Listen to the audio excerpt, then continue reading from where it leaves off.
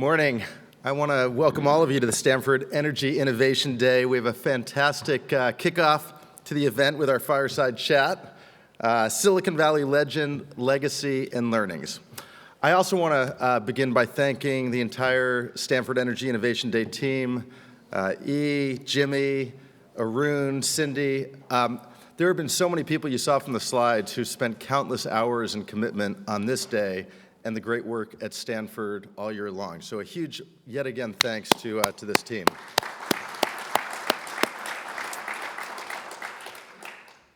As Jimmy mentioned, for the past more than 25 years since I left the farm, I've been an energy investor and I've been privileged to work with some amazing entrepreneurs. And while the journey has been anything but straight and predictable, I am more energized today, pun intended, than any other time in the history of investing in the sector. We have this opportunity to truly reimagine the 21st century energy economy. Today we're gathering to discuss how we think about accelerating technology solutions for the world's most pressing energy and climate issues, and notably doing so here, as he said, in the heart of Silicon Valley. When we think about the entrepreneurial environment of Silicon Valley, it's characterized by innovation, collaboration, and risk-taking. And it provides this incredible framework that's required for tech startups. And we often say it serves as a beacon and a sort of Statue of Liberty for the 21st century. And if we think of Silicon Valley as the Statue of Liberty, then we can think of Stanford as its Ellis Island. It's from so many entrepreneurs. It's actually the entry point, the first entry point. It's gateway here to Silicon Valley and entrepreneurship. And we have so many industries that have been beneficiaries of the historic success and focus here at Stanford. And it's become this amazing fertile ground for R&D research and innovation. We know this is the place in 1931 where two Stanford alums, Bill Hewlett and David Packard, got started in the infamous garage, and then 20 years later, Fred Terman, later serving as provost, spearheaded the creation of the Stanford Research Park, which housed early tech pioneers as Lockheed, Fairchild, Xerox, General Electric, and really serving as the foundation for the innovation hotbed that we now know as Silicon Valley. 45 years later, two PhD students, Sergey and Larry, developed the search algorithm to sort through the web. And so many of the companies synonymous with Silicon Valley sprouted from the Stanford soil, Sun Microsystems, Yahoo, Cisco, Intuit, and countless others. Now, in more recent times, it's been energy that's become an important part of the legacy of entrepreneurship and innovation that Stanford and Silicon Valley are building. We know Tesla and Solar City sprouted from the backyard here. But when I say recent times, it truly is recent times. This is a sector that's just beginning to emerge as that third pillar of the venture stool alongside IT and life sciences. It is truly a unique moment in the history of the energy industry.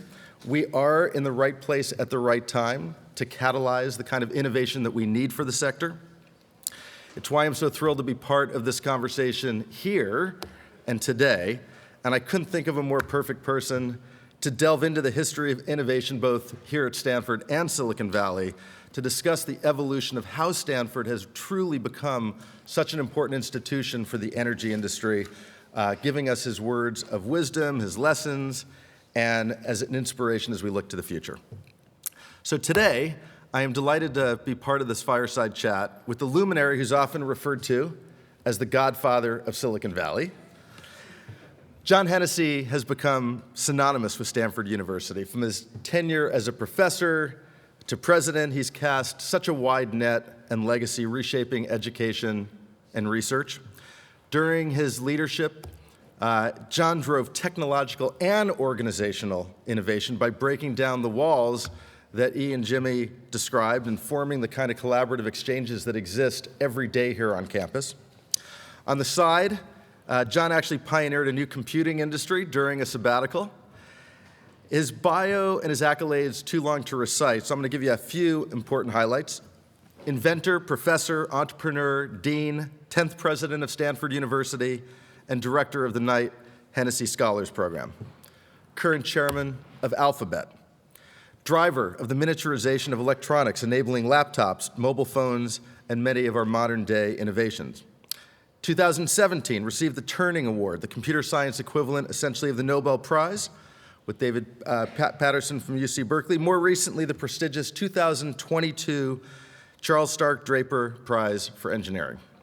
And last and perhaps most importantly, a man who inspired the character in Super Mario for Nintendo 64, a cartoon rabbit called Mips.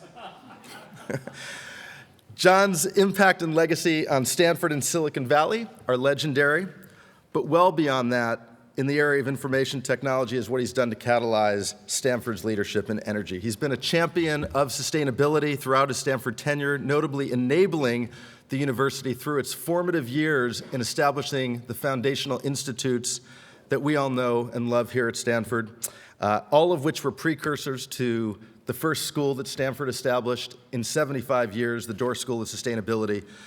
With that, please join me in giving a warm welcome to the chairman of Alphabet and Stanford's 10th president, John Hennessy. Thank you, Ira.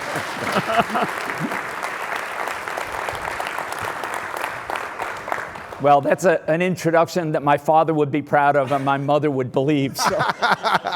Okay, I got it right then. All right, well, first of all, it is just great to see you, great to be with you. I must say, in some ways, it is bittersweet. The last fireside chat that we did together was you, me, and George Shultz. And I know how much you and I and the Stanford community and the world at large miss George. He was a hero, an inspiration to so many, including us. And so here's to the extraordinary memories of George. Yeah, he was fearless.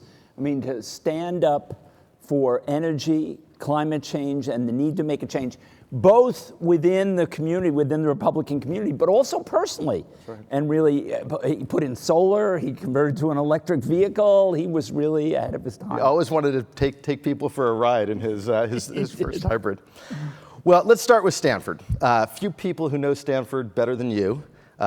We've often heard the Stanford innovation ecosystem described as a wonder of the world.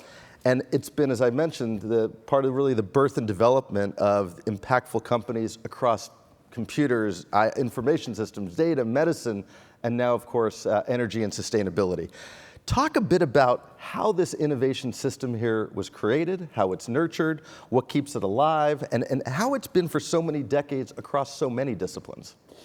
It's a great question, Ira. I think it begins, first of all, with the fact that we are a great research university. And that's, of course, the beginning. But there are lots of great research universities in the United States. So what's made us unique? I think what's made us unique is an understanding that the work isn't done when you publish the paper in a journal. That can be very important. It's important to establish science and build the discipline up. But particularly for engineering-oriented disciplines, changing the way people take that technology out and ensuring that it happens. So I think that's always been part of our mindset. And what I noticed happening over the last 30 years is as Stanford acquired this reputation as the entrepreneurial place, people who were interested in that and interested in having that kind of impact would come here as graduate students, as faculty members, and that reinforced it. I think we've also always, in the leadership of the university, taken a view that there is great benefit in having, whether it's graduate students or faculty, go out and spread this technology out there and really bring it to the marketplace. Yeah, well said. So it becomes a flywheel, and it actually becomes a self-selection process as the reputation unfolded over time. Yes, absolutely. You know, we talked a bit in the opening about how Stanford and Silicon Valley go hand in hand, and it's hard to think of one without the other. Just give us a sense of history here. How has Stanford shaped Silicon Valley, and how has Silicon Valley shaped Stanford? You know, I think one of the most important things that the university has done when you look at the history of entrepreneurship, there are lots of companies that get founded in the Valley. Many don't have roots in the university. But many of the ones that reshape the industry in a fundamental way, certainly the internet with Yahoo and Google, and earlier with computer networking and the spread of the internet with companies like Cisco, they reshaped the industry, as did HP. It certainly reshaped the Valley and not only in terms of technology, but also in terms of management style. I mean, the HP way was the first kind of open office, flat organization, very different than what the major corporations in the East Coast and were doing at the time. Mm-hmm. And so as you think about being here during a number of years when entrepreneurship really got taken to a next level, the number of students that were focused on spinning out and being entrepreneurs, the number of professors who became associated with startups, it was really during your tenure where that began to really accelerate. It had always been there, but when I think of the years you were here, there were so many important companies that developed. What was that like?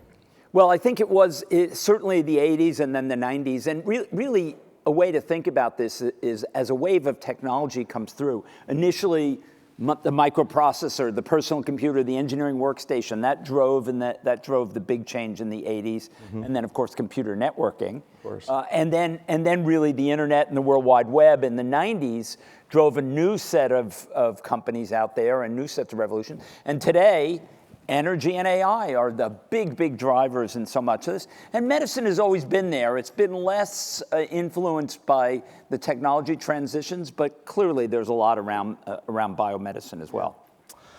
You know, if we personalize this idea of being at Stanford and becoming an entrepreneur, you were a young professor. It was in 1984, and you decided to take a sabbatical. You ended up co-founding MIPS, mostly so that you could become a Nintendo character. How is being here supportive in giving you that foundation, the idea, the latitude, the ethos to do something that is actually in other places not as common? Yes, not as common, considered risky. Yeah. I should say I was a reluctant entrepreneur. When we published our papers about what became reduced instruction set computing, it seemed so obvious to us. This was such a big win that all of industry would adopt the technology. And then two companies which were early followers and early adopters, at least in a research sense of the technology, canceled their commercial versions of the processors they were going to build. And so we were convinced by another computer pioneer that we had to start a company or the technology was not going to get out there. And that convinced us, but we were three engineers who didn't know the first thing about writing a business plan. And it was embarrassing when what we went to the venture capitalists with was really embarrassing when I look back at it. But we learned a lot along the way, and we made mistakes. But the technology and the team were good enough that even with those mistakes, the company could be successful. But actually, isn't that the story of most successful entrepreneurial ventures, which is when you look back at that original business plan, it wasn't about staying sacred to that original idea. It was about the team having the flexibility, the vision, the ability to change, adapt. And that's the story that you described. Yeah. But that really is, and you've been part of so many entrepreneurial journeys, that really is what is typical of successes. Yeah, there's the hurdle that's really difficult is if you need to invent new technology and you need to invent a new business model, which was the case for MIPS because there was no fabless semiconductor industry at the time. There were no silicon foundries. So that made it even harder to get over that hurdle. And I've told young entrepreneurs that either you can have a new business model or you can have new technology, but trying to do both is extremely difficult. Interesting. Let's talk about, when I think about you, there's so many lessons and learnings, but leadership is one that you have managed this incredible institution. You've been part of so many other big organizations, small organizations, and leadership has been something that you have written a book about, and it's been really something you've imparted lessons and learnings for so many as to how leadership has unfolded in your life. Give folks a sense of distilled down these lessons, and by the way, Leading Matters, Lessons from My Journey. Amazon has copies of it. I'm highly recommending everyone buy the book. If you buy it and it gets delivered here today, John will sign it. But so when people, I can see them looking at their phones buying the book right now, if they were to get the short version of it, what would they learn from that? I think the way the book is structured is a set of things that we believe are foundational to being a great leader, and then a set of techniques and tools that people use. But I think probably the most important is that leadership of any institution, be it a university, be it a company, it's a service to the community, to the people you lead, to the people who are influenced by the work you do. And if you think about that, if you think about you're serving that community, it makes it much easier to do the right thing as opposed to focus on yourself and become egotistical in the journey. That servant leader model, and as you know, there's so many different styles of investing in venture capitalists, but I would be remiss not to at least acknowledge our friend John Doerr, who often refers to the venture capital style of servant investor, servant to the entrepreneur. You've had so much interaction with him and that viewpoint. How have you each shaped each other? He's the very first startup I was in was a John Doerr investment, and he actually is the first venture capitalist I knew in the Valley. And he started a company called Silicon Compilers, which was a Caltech spin out, but it was a Caltech combined with the Silicon Valley team early on, and that was a great, I learned a lot in that project about the difficulty of having a startup located in two different locations. Sure. And the difficulty of building a team. Interesting you mentioned that, just given how topical that is now in terms of multi-location, remote. Now you would plan to do it from the beginning, but you would think in a very clear way about what you had to do to make it work. Yeah. And perhaps we didn't think that through in those early days as clearly as we would today. As you think about large company, small company, entrepreneurial venture, big cap, typically people often think of themselves as suited for one or the other. Typically, there's always this mystery about the other side. You've had such an interesting career. You've led Stanford, chair of Alphabet, and yet you've been part of these very small entrepreneurial companies as well. To help people, most of us are one or the other. Help people to understand what you've learned, the similarities, the differences, how you build the bridge, if you're on one side or the other, ways to collaborate that are more effective. So I think, Ira, what actually binds them together in my mind is that innovation is the key issue. I don't care if you're a startup, if you're a university, if you're a big company. If you lose that innovation drive, you will become uncompetitive over time, and you will not thrive. Yeah. So that becomes the driver, and it's certainly the driver in Alphabet today. That's what we really focus a lot of energy and attention on. Where that big R&D budget goes is really trying to innovate and build the future. And that's certainly true for a startup, and it's true for a university too. And universities have this unusual situation in that we're the preservers of the past knowledge, but we're also the inventors of the future. Yeah. And we have to do both of those functions and do them both well. It's interesting, when I think about what you did at Stanford and what Alphabet does, it in some ways takes the best of the entrepreneurial side and ascribe it to big companies. I know at Tesla, we really think about how in becoming a company now that's so much bigger than those early days, how we maintain that entrepreneurial spirit. How do you do that for large companies out there? You've succeeded in doing that. What are some of the secrets of it? Yeah, I think you have to, first of all, you have to make it a priority. You have to invest in it. You have to be willing to take risk in the process. And you've got to have enough people. I kind of think of having some part of the company or a university, for example, where you've got people who are up in the crow's nest looking for those technology changes. And I still remember when we had the presentation at the then Google board about becoming an AI-first company and really focusing on AI as the cornerstone technology. And the team came in and convinced the board that this was going to be disruptive. And this was, of course, long before we had AlphaGo and DeepMind purchase and all those sorts of things. But it was clear the technology was at the tipping point. And an investment could get us over that tipping point, and sure enough, that's what's happened. Interesting. Let's move to focusing on energy for a moment. One of the privileges I have is serving on a board with John here, and it was just a few weeks ago, sitting next to John and hearing him talk about and making a comment on, yes, Stanford has been known for the computing revolution, and as we think about energy, there's some real similarities, but there's some differences. I've heard you talk so eloquently about that, and the insights you have about how we can take the computing revolution playbook and what we can take from that, and what are some other things that are harder to take, and we actually have to redefine how we're going to innovate in this sector. Tell us about it. So I think there are some similarities. Certainly the role of research as the driver is similar in both cases.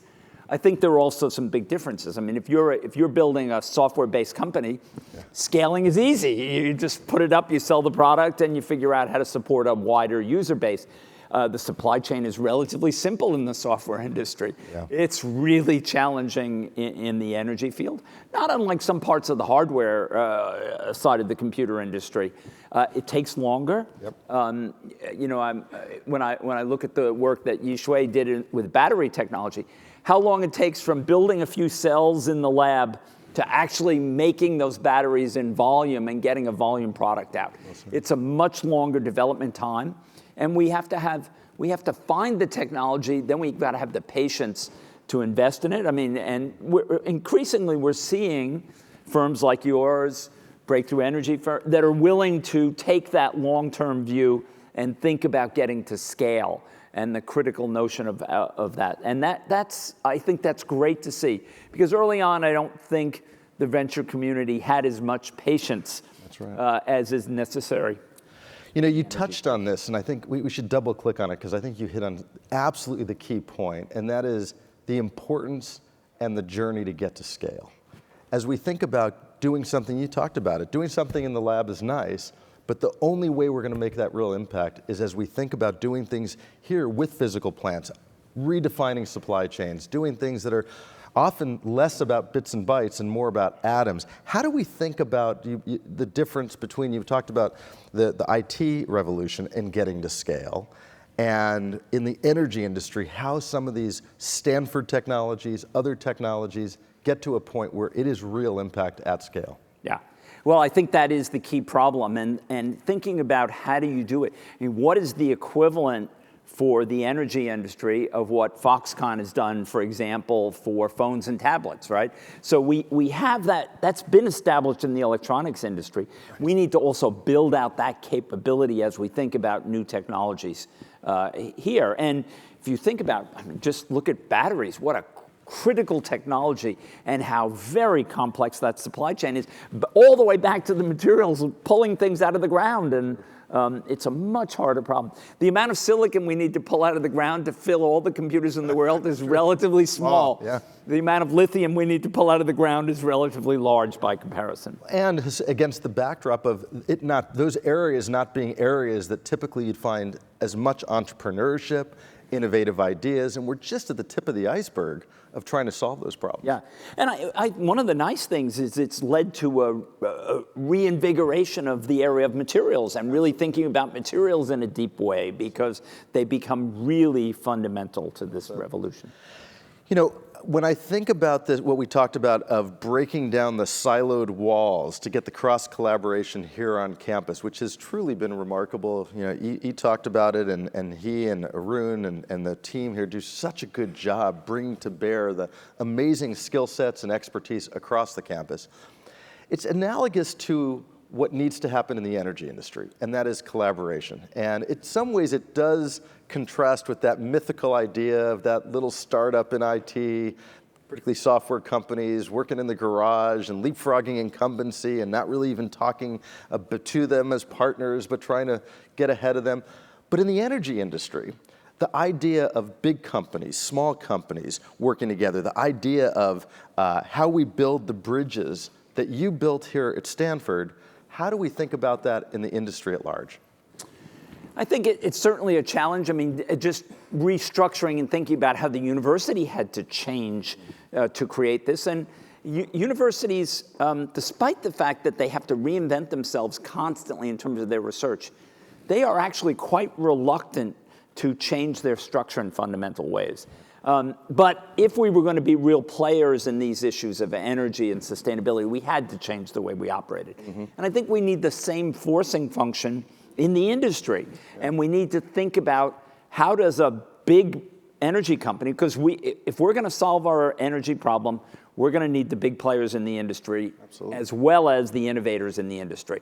So we've got to get them to work together in a way that the big company doesn't crush the little company, and the little company really forms a partnership that's successful for both. I mean, I think the success of the Valley is when you can create a win-win partnership between a young startup company and an existing player. I think it's worth, and I know Arun and you probably will talk about it, but going all the way back to the GSEP formation, and then of course at Precourt, I mean, you and the team really did that here in bringing some of the largest companies who are going to be represented here today in the next few days to work with the more entrepreneurial side and the R&D side and the Stanford side. It's worth just taking a minute to talk about how you did that, what you did to bring the ecosystem together. Yeah, it's a good question. I think we started focused really just on beginning to think about renewable energy sources and carbon sequestration issues.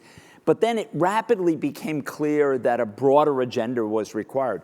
Jay Precourt was a champion for energy efficiency and including energy efficiency in that. After all, the best way to get energy is not to waste it. So that broadened it. We also realized that we needed policy and economics, because while technology was going to be the long-term solution to our energy problem, and I still think it will be, we needed policy to help accelerate that solution and bring us closer to a place where we all want to be, which is no CO2 generation. Let's talk about policy, and maybe in honor of George himself. If we were to think about policy in the energy sector for the last century, most of it would have been actually subsidies for fossil fuels. Correct. There's been this tidal shift only in the last nanominute between what's happening here in states like California. We've seen more recently the IRA, which I was so pleased after 27 years of investing that they finally produced legislation in my honor. But the CHIPS Act. He has friends in Washington. The CHIPS Act, which just passed, which I think is going to stimulate a number of really important ideas around the electrification of everything. As we think about policy right now in this sector, how important is it that we've had this legislation? How much of a tailwind will that provide, particularly against the backdrop of some of the recession issues that we're facing? I think lots of things are coming together. First of all, Tesla's created a tipping point with respect to electric vehicles. And the impact that that's going to have goes far beyond the success of Tesla as a company. Absolutely. Its impact on the industry is gigantic, and that's going to lead to lots of new people rethinking infrastructure and rethinking renewable energy sources. But I think the policy piece is also important, and I think one of the things that we've learned coming through COVID and the recession and all these other is the importance of supply chains and the importance of probably at least doing more high-tech manufacturing onshore. And I think we're going to see that in the CHIPS Act. We're going to see it in IRA. We'll see a re-engagement with manufacturing. Now, it's also up to us in the education sector to develop a new set of people, a new set of graduates who will be engaged in that sector so that we can really compete nationally and internationally. I'd be remiss not to actually say this to you, which is for so many years the industry kept saying we just need the Google of energy. And when you talk about Tesla, there was so much about the journey, which was all about how do we create a poster child of success? How do we finally create something which entrepreneurs and investors can point to that will then create a flywheel of continued entrepreneurship and venture capital? So you were absolutely the poster child of what we were looking at to try and become with so many of the companies. You talked about what we need in R&D and what's happening here at Stanford and how we have to actually energize and inspire the next generation of innovators. If you take a step back, we're thinking about the blueprint of what has become energy at Stanford, and then actually look forward to now that we have the Doerr School of Sustainability, how much of what that original vision that you had has mapped against what's unfolded after all these years? And how do you, as you look ahead, think about what will change when we actually think about what that School of Sustainability and the cross-collaboration is continuing to do? Well, I think if anything, what we've realized is that the issues of sustainability, with energy front and center, but not the only sustainability issue we need to worry about. We need to worry about food production. We need to worry about whatever climate change we're not going to be able to avoid. Sounds like a lot of worry. It is a lot of worry. It is a lot of worry. Now that I have grandchildren, I think a lot about these issues. So, but I think that really. And I think this is the reason to have the Door School. The problem is a lot bigger than we initially thought. It's not going to be enough just to reinvent some new renewable energy sources. That's important, but we've got to do more. We've got to do a broader agenda. And we've got to think about how do we build a future that's sustainable, not only for the people in this country, but for the people around the world and the global South, and build a scheme that really works for everybody. You know, as I go back to the idea of you and I sitting together in some of these meetings for Precourt, I'm struck every time we show up about the incredible ideas and innovations that we're seeing across Bits and Watts or the Hydrogen Initiative or Storage X. There's so much out of the policy areas at Stanford. You know, what gets you excited? I know when we sit there and listen to the entrepreneurs and the ideas that we're seeing, I know I kind of pinch myself and think, a lot different than it was 20 years ago. What's getting you excited about the entrepreneurship you're seeing here?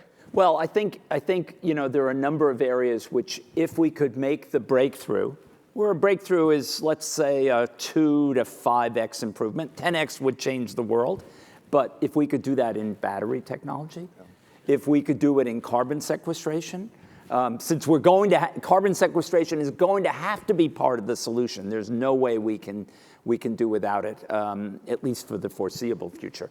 So those are areas where I'm thinking, let's keep investing. Let's invest deeply in the research. Let's look at the science. Let's rethink how we approach these problems and see if we can't find that breakthrough there that would really change the picture. It's interesting that you say 2 to 5 times. I want to actually talk a bit about how we think about measuring success. And again, as an homage in some sense to our friend John, who's focused so much on OKRs and just written an incredible book about this topic. How do you think about measuring success, not just out of the labs and out of the research halls here, but when we come back together and think about success in the sector, what does success look like? How do we measure it? Well, first of all, we've got to take a long-term view because the time from basic discovery in the lab to really getting to scale, which, as we've talked about, is crucial in the energy sector, is long. It's not a typical Silicon Valley startup, 5 years, 6 years, maybe 7. It just takes a lot longer in the energy sector, as it does, for example, in the biomedical sector. And we have to have the patience to really think that through process. But that's what I want to measure in the long term.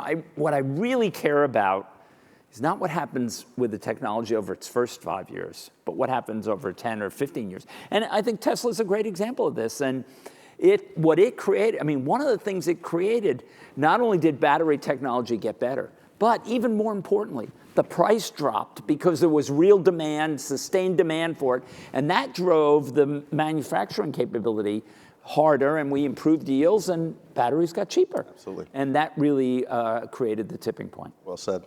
I want to wrap up by asking you 2 questions, both the advice question and the prognostication question. You get asked probably more times than one could count for young entrepreneurs who are trying to figure out how to build a business, how they get capital, how they build teams, how they create the kind of successes you've been part of.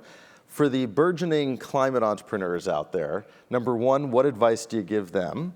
And then second, let's end with, we're going to come back in 10 years for the Hennessy Ehrenpreis reunion tour of the fireside chat here. And when we're back, what are we going to have seen in 10 years as to the real impacts in this sector? How are we going to think about how entrepreneurship innovation has transformed the energy industry? So the thing I tell young entrepreneurs is, first of all, tell me about what your technology is, what's your protectable advantage. Why are you going to have something that succeeds in the marketplace, and is also something that you have as your moat around you so that you can be successful in that space. How do you get there? Relentless focus. I often tell them, you have to be successful with your first product so that you even get to do a second product, right? And make that work. What would I like to see in 10 years? I think in 10 years, we'll look back and say, why did we keep internal combustion engines around as long as we did? I think we'll absolutely ask that. Why didn't we build out a renewable energy infrastructure and a grid earlier? Because look at the difference it's making. And what do we have to do to ensure that our planet is sustainable, not just for the next 10 or 20, but the next 100, 200,000 years? Brilliant.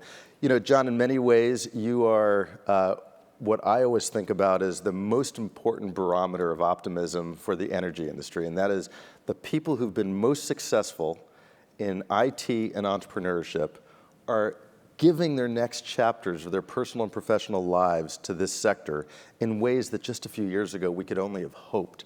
And the idea of taking the wisdom, the experience, the lessons, and applying it to climate and energy entrepreneurship is actually what's going to accelerate the kind of progress we need to solve the most critical problems of our time and the planet. Thanks for being with us here today. I can tell everyone we have just scratched the surface of the wisdom and the lessons of John Hennessy. It's been such an honor again. Miss George, but you made him proud, as you always do. Please join me in thanking Stanford's own resident Al Pacino, the godfather of Silicon Valley, John Hennessy. Thank you, Ira. Thanks, that was great.